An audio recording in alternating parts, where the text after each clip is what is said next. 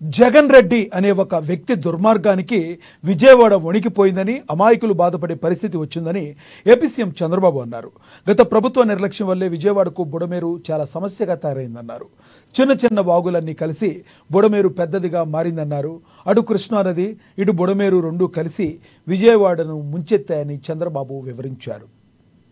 2005లో పెద్ద వరద, అప్పుడు మేమందరం కూడా ఆందోళన చేసి ఇక్కడ ఉండేవాళ్ళు కూడా పెద్ద ఎత్తున ఆందోళన చేశారు. దీన్ని చేస్తానని ఆ రోజు రాజశేఖర రెడ్డి చెప్పాడు గాని మళ్ళా వదిలేసే పరిస్థితికి వచ్చాడు. ఫైనల్ గా నేను వచ్చిన తర్వాత కూడా ఒక దగ్గర 500 కోట్లు శాంక్షన్ చేశామనేది కొంత ఇన్ఫర్మేషన్ ఉంది. ఆ 500 కోట్లు ఖర్చు పెట్టకుండా ఈ ప్రభుత్వం వచ్చిన తర్వాత మానేశారు. రెండోది, బుడమేరు కనీసం బ్రీచెస్ క్లోజ్ చేసుంటే, వీళ్ళు ఆకుపై చేయకుండా ఉండుంటే కొంతవరకు సమస్య పరిష్కారం అయ్యేది. ఎప్పుడైతే ఎన్క్రోచ్మెంట్స్ 2019 నుంచి విపరీతంగా జరిగాయి, కాలవే లేకుండా చేసే పరిస్థితికి వచ్చారు. దానికి తగినట్టు 70,000 క్యూసెక్స్ ఆఫ్ వాటర్ వచ్చింది. ఈ రెండు కలిసే కొందికి ఒక పక్క కృష్ణా రివర్ లో వచ్చే నీళ్లు, ఇంకొక పక్క బుడమేరు నుంచి వచ్చే నీళ్లు, రెండు కూడా కలిపి మొత్తం విజయవాడ బీభత్సంగా తయారైంది. ఎప్పుడూ లేనటువంటి వరద వచ్చే పరిస్థితి వచ్చింది, ముంపు గురైంది. దీనికి కారణం మనం చూస్తే వైఎస్ఆర్ కాంగ్రెస్ పార్టీ మాట్లాడే మాటలు మీరు చూస్తున్నారు,